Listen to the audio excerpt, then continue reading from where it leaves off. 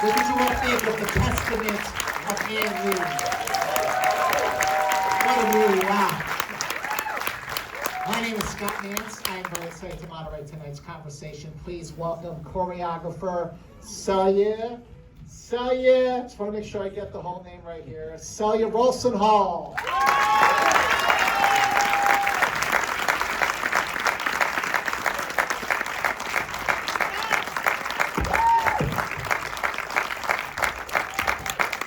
Okay, so you have a theater full of people here who've seen this movie. How proud are you of just all the work that went into this film? Well, thank you so much for being here is the first thing I want to say. You know what? I always have critiques on my work. I am my harshest critic. And I think what was really freeing about this piece, making this work, was that I just aimed to make the most truthful thing possible, and I felt so sort of protected by that like it needed to be what it was if I sort of guided myself in that direction. And so it wasn't almost like about me. So I don't know, when I look at the work, I love it and I do feel proud, but it's also I don't know, such a communal experience making this, that it was just, I loved that I was able to bring my contribution to this. Well, I mean, look, you've known Mona and Brad Brady for a long time, Mm-hmm. but this is certainly the most intense you've worked with them. How did these first conversations come about what you were going to do with this? Yeah, Mona had been saying that she'd been working on this script for a while, and and then she said, "Can I send it to you? We're gonna make it this year." And I was like, "Okay." I mean, you never know if a film's ever gonna get made, like even one day before shooting. And so I was like, "Great!" Like, can't wait to dive in. And then when I read the script, I saw that there was really all of the songs were just the actual original Shaker hymns, and so they were real like placeholders for what could be. And so it was really, for me and Daniel, it was so much space there to fill as to what we wanted to bring to the script. So it felt really kind of like a collaboration from the beginning. And after reading the script, I was thinking, I know you want dance here, but what if it's like this here and then this there, so we're feeling the journey, etc. So we really built it from the beginning. Well, let's talk a little more about that collaboration, because this is something where, I mean, you're talking about accuracy, you're talking about authenticity. What kind of like research did you do? What kind of discoveries came out of that research that really informed your collaboration? I'm a terrible researcher. I'm like, yeah, I got it. So basically, Mona had done an incredible amount of research, Mona and Brady, and she brought to me these beautiful drawings from, when they were in America already in Niskayuna, and it was these incredible, like very tight patterns that you see in the funeral scene of, the gesture of the hand was out, and it was a circle of women and a circle of men and blah, blah, blah.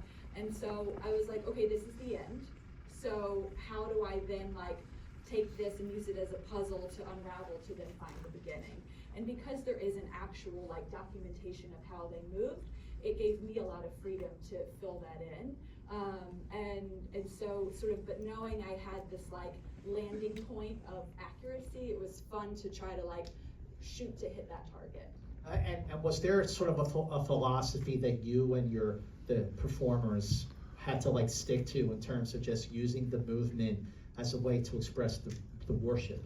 Exactly, and that's exactly it. In terms of, yes, this is, yes, we're making a musical, and yes, we're singing and dancing, and however, this is worship, this is prayer, and so if it ever felt slightly performative or not like that, it was actually like a personal, this like personal taking on, then it didn't, like, I would be in the studio and be moving around, I was like, oh, a little too dancey, and then like bring it back into what would be prayer. And also these people were not professional dancers, they're coming from the mill, they're coming, you know, and so I thought a lot about like our hands and what we do with our hands, and how these, yeah, it all kind of started from the hands for me.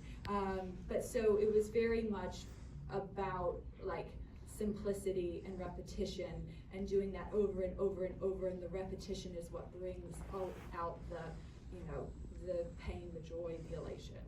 I would love to hear, I'm sure we would all love to hear about your first conversations with Amanda.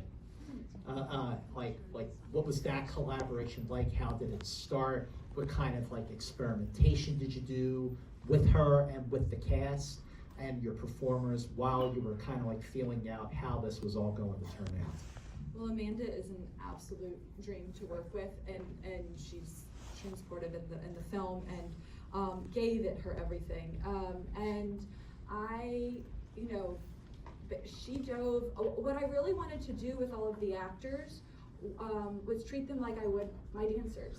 And so there was a little like, we're gonna move first, talk later, because actors love to talk.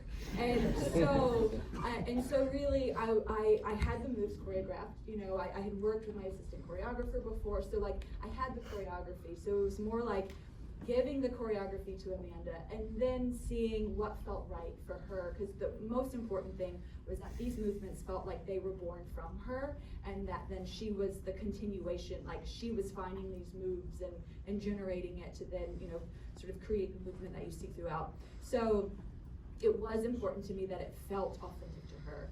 And what was really nice, she's got the best hands. They had, like, they're incredible. And like, and so I was like, oh my God, I can tell so much just like with her hands alone. And so, yeah, and there was, she actually, and she says this, I don't agree, she has a very hard time remembering choreography. So she would have this like real intensity trying to like remember the choreography, but then I loved sort of this like sharpness she was bringing it. So after I watched the choreography sort of on her, then I would continue to shape it so that it felt more and more like her. And you know, but there was like her two solos, Hunger and Thirst and Beautiful Treasures, those are such like hard emotional moments that the choreography for that, like, we didn't rehearse it much because it was almost like too painful to. Wow. So like once she had it, when we would do it, I would just sort of shelve it, because I knew we didn't need to. There's like some choreography you need to do over and over again, and there's stuff you leave it alone until you're ready. And she has she's so alive and so present that, yeah, there was moments where it was like how you kind of imagine in a studio running it. Other things we do it twice, and I was like, we won't do it till we shoot. I would think that, you know, for Amanda, just after like the Mamma Mia films, you know, with the choreography and the singing in those movies, that would have like kind of like given her like a head start with this. But it's very, very different. Yeah, well, she says, she's like, yeah, those are just hands like this. Like, you know. She's like, I'm actually having to do some stuff. Yeah, no, that's what I would think too, and Lynn is. But no, she was very nervous about it, but that was just her nerves, because as we all can see, like the way she actually moves in this film, I think is one of the most captivating things about it. Really, is like feeling, you know, the biggest thing that I wanted to do as a choreographer is to feel sort of like Ann Lee's body throughout the whole film and the journey. And I think we're all like sort of these sponges, and we take on everything as we go through life, and just sort of watching how she's shaped, and then what gets expressed and what gets released and what gets stored. And that was like really important to like feel her physically the whole time. I mean, listen, she's just a phenomenal actor, and you know, to say like, oh my God, I think I've never seen her better than this is a bold statement. Like, I mean, the whole cast is terrific. So when it came time for, you know, prepping the rest of the cast, like Christopher Abbott, Thomas McKenzie, and so on, like, how did those rehearsal sessions go before, like, you know, everybody got the hang of it, so to speak? Yeah, we had basically everybody landed in Budapest about a week before we started shooting. And so we would have mornings with me and then afternoons with Daniel for singing lessons, and then they would stick in fittings and dialect coaching, and you know, they had very full days. Right. And so, you know, what I love about working with actors and then combining them with dancers, in particular in this film, is that like I teach the movement, but then work with each actor as to like sort of how their character would move through it, so that the choreography looks completely different on every actor. And so yeah, it was sort of like we dove into like a 1-week summer camp before shooting. And they all, and what was wonderful is Amanda knew all the choreography because we prepped in upstate New York prior. So she sort of automatically became like a leader in the room there because she knew everything. And so it created a really wonderful atmosphere of her knowing it, helping people alongside me almost. So with all that early prep, you know, going from prep to Budapest to filming, how much and how often did things change the scope of what was prepared, and how did you pivot? That's the best part, the most exciting part, and why I love film in general, is that yes, you're choreographing in a wonderful studio with no obstacles and everything looks beautiful, and then you throw everybody in period costumes with slippery shoes, and it's August and 100 degrees, and you've got candles everywhere and hair flying 1 inch from a candle on the wall, and you like have to re-choreograph for the space. And all of a sudden, you know, or you're on an actual boat and you've got this much space. So every time I really re-choreograph for the space again. But that is actually what I think makes it feel alive, because they are restricted. So you feel their bodies against the space or in nature. And so it was always stepping back and sort of re-choreographing and saying like, what's best for frame and what's best for the space. And literally I would like swap out a short-haired dancer to be near the candles and bring the long hair. You know, like those are also weird details you're doing. And in the like bigger scenes, I'm working with 25 dancers, 10 actors, and then about like 50 to 100 extras, and I gave them the same amount of attention, because if there isn't everyone in that room on the same page going after the same thing in the most like authentic way, then your eye goes there. And so we worked with everyone so that it felt as communal and everyone's on the same page and an equal player. You mentioned the boat, the 18th century boat. Tell us about filming when it came to filming that scene. Like, this is it, we're filming, you know. Was that like the most difficult scene to choreograph? No, the woods was in the beginning, just because holes, stumps, 100 degrees again. The boat was kind of actually lovely. You know, it was tight, but it was fun because it did something in terms of it, because it literally, the proximity, like the space pushed them even closer together. And I had different parts where they were much more spread out, and realized, no, we have this large weird box here in the middle, so 2 of you please come here. And you know, I really re-choreographed for the space, and I liked the dance better after the limitations. Oh, I see. Yeah. Well, you know, you keep referring to choreographing for the space. And so there must have been a lot of collaboration between you and the production designer and the set designer, because especially in the enclosed spaces, you've got a big cast and there's not a lot of space. Yeah. I was always like, Sam, can we remove some of these chairs? No. No, it was wonderful in terms of, you know, we had the floor was splintery on the boat, so I realized, then dragging doesn't work, so if you push into your elbows, then you can actually have your hand up. You know, like, you're just looking at little details. So I thought Sam did a brilliant job in all of the designing here, so I didn't want to make it easy for me by, you know, I mean, sometimes I would request a chair removed, but I really wanted to make it alive in the space that he had created and seen, and so it wasn't, I don't know, there wasn't, that was what was really nice about this film. I think everybody really brought their full selves to it, and so you just kind of want to honor what they did and then bring your thing to it. So Sam and I didn't really have much interaction, but I would walk in and see like the details that he like hand painted the walls to make it look like the period accurate wallpaper. Wow. And just seeing the attention to detail and just sort of wanting to match the attention to detail. And the other thing is the costume design. I mean, you know, they've got to be very flexible. Did you have a collaboration with your costume designer? Yeah, well, with Dojo, we really, you know, so many, the first time they had their fitting, like no dancer could lift their arm above here. Yeah, exactly. And so it was about like slitting the armpits and making sure the corsets weren't like, you know, it really was, she had to make dancer friendly costumes or it really would restrict the dancing. And so I think she really had sort of the biggest challenge there in terms of making sure it's looking like it needs to look, but also that everyone can move with freedom, and that there aren't like sacrifices to the image. Tell us about working. I mean, look, you and Bona have worked together before. I saw Vox Lux at TIFF back in 2017.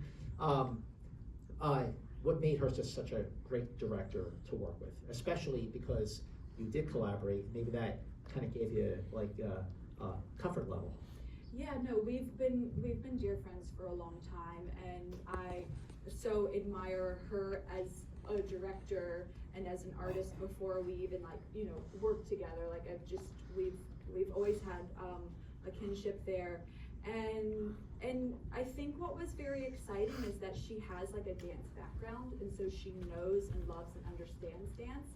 And I've never had a director look at me and say, can you add some more dance? Like generally like, I'm gonna cut this and you know, it'll be 30 seconds maybe. And I'm like, but I just made you a 5-minute beautiful thing. And then like, you watch the TV show and you're like, So it was just really nice to work with a director who loved dance and understood it and understood movement and also understood the kind of choreography and the kind of storytelling that I was telling through the movement, that it would continue her narrative and continue the direction she's telling. So yeah, it was nice to work with someone who knows your work on a deep level and also has a true understanding of what dance as narrative can do. Which dance did you film first? Which did you film last? What did we film first? We filmed Beautiful Treasures first. Which was one of my favorite days on set in my life. And then we filmed Going Through the Woods, the opening scene last, which was one of the worst days of my life. Why? I had worked with Will Brexler, the DP, and we had sort of he had been in every rehearsal, and I knew exactly what the frame was going to look like and really was choreographing for the frame. And this was the only one we could not do prior. And so because it was going to be a crane in the middle of the woods. And so I just had to imagine the bird's eye. And then when I actually saw what it looked like in frame, and like 25 dancers in the woods disappear in a second. And so I had to basically like re-choreograph like on the moment in 1 hour, and it was terrible. Terrible. Why was Beautiful Treasure your favorite? Amanda, you know, I mean, she's a star. She's just a star. And when you get to watch someone inhabit this, like, you know, you're just like talking, fucking around, and then 2 seconds later you look and you're like, holy, like she just turns it on. And the way she dropped in, and you know, I literally was like at monitor holding my 1-year-old son, and so like watching this watching this woman go through this loss, and it just broke my heart, but it was also like so beautiful how she held it, and it was my favorite thing to choreograph because I choreographed 4 different solos with similar movements, but feeling her emotional landscape change through it, because I wanted to make sure that I knew she ended in an insane asylum, in an infirmary, but that doesn't mean you just go kooky. Something has to break. And so I wanted it to feel that actually something was breaking that couldn't find its way of being fixed, and actually feel that, feel it in an honest way, so that we can go on that journey with her and not just she lost it, So that was it's my favorite scene and my favorite dance and the way she did it, and it was just, it's once again, you do all of this for those days.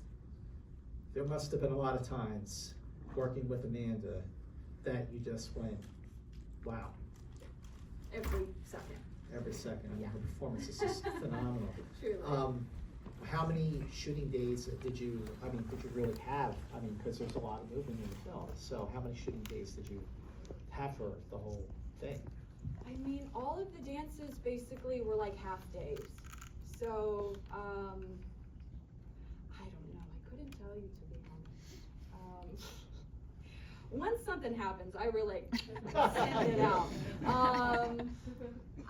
I was there basically the whole time, but it was also I think it was shot in 30 days. It was a fast shoot.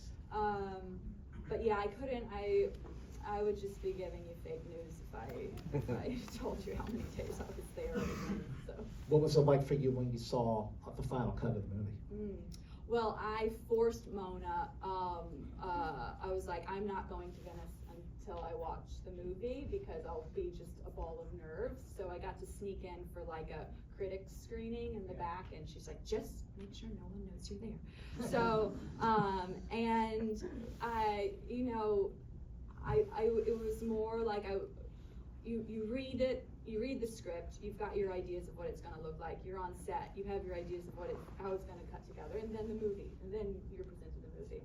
And so the first one, the first watch was sort of catching up to what was made as to what I thought, was being made, and being overwhelmingly proud of Mona and of Amanda. Those are the 2 things I want to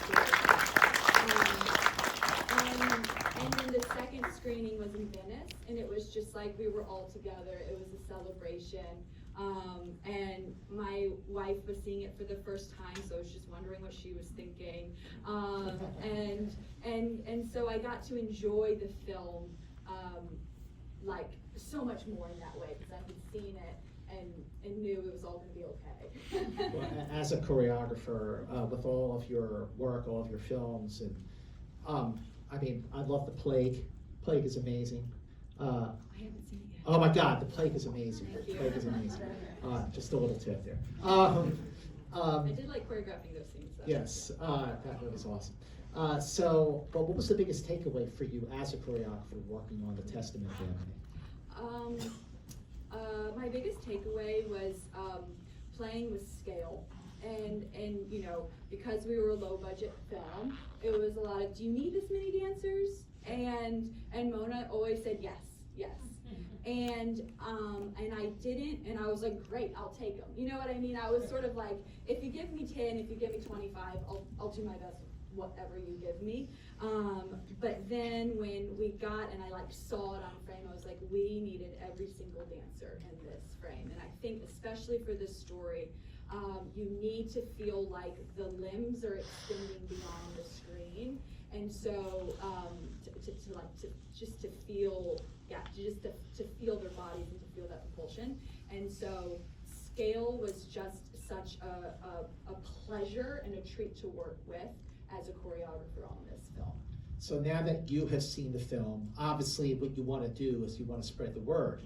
So how do you spread the word about a movie? Obviously you go on social media, so go on Facebook, go on Instagram, go on TikTok. you still want to use X, knock yourself out. Please spread the word about the testament of Ann Lee, Celia Rowlson-Hall. Congratulations. Bravo, bravo, bravo.